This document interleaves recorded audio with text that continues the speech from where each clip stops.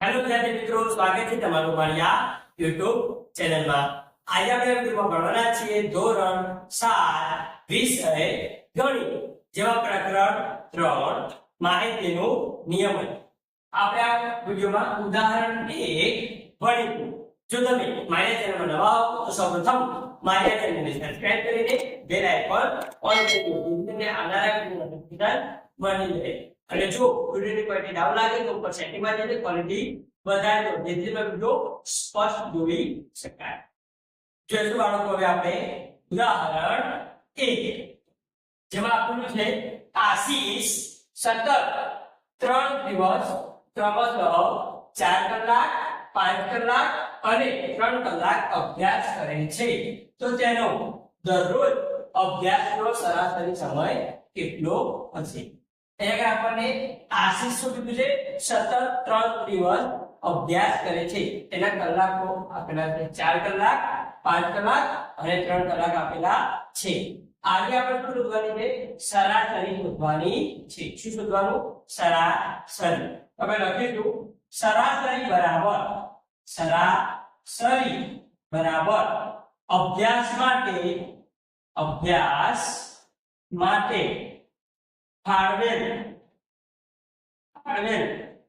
કલાકો નો સરવાળો।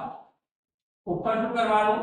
અભ્યાસ માટે જે ફાળવેલ જે કલાક રહ્યા એનો સરવાળો કરવાનો, ભાગ્યા નીચે શું લખીશું? કુલ દિવસ, એટલે કેટલા દિવસ સુધી એને અભ્યાસ કર્યો। શું લખીશું નીચે? કુલ દિવસ। હવે જે આશીષ રહ્યો એને 3 દિવસ સુધી કેટલા કલાક? 4 કલાક 5 કલાક ને 3 કલાક। આનો શું કરવાનો? સરવાળો બેટા। તો 4 કલાક વત્તા 5 કલાક વત્તા 3 કલાક, બરાબર? આનો શું કર્યો આપણે?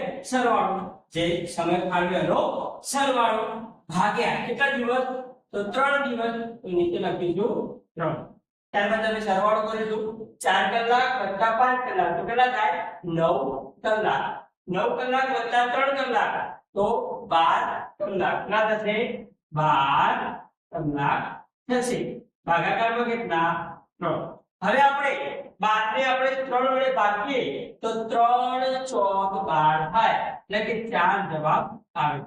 4 કલાક તો થશે 4 કલાક। તો લખવાનું આશીષે દરરોજ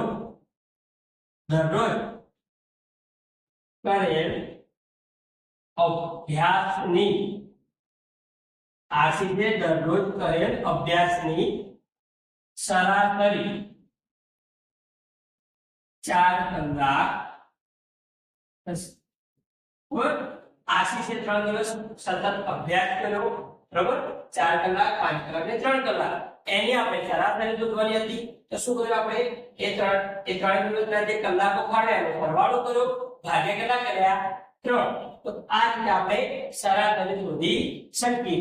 જો તમને વિડિયો ગમ્યો હોય તો વિડિયોને લાઈક કરો, આ વિડિયો તમારા મિત્રોને શેર કરો અને મારી આ ચેનલને સબસ્ક્રાઇબ કરી બેલ આઇકોન ઓન કરી દો।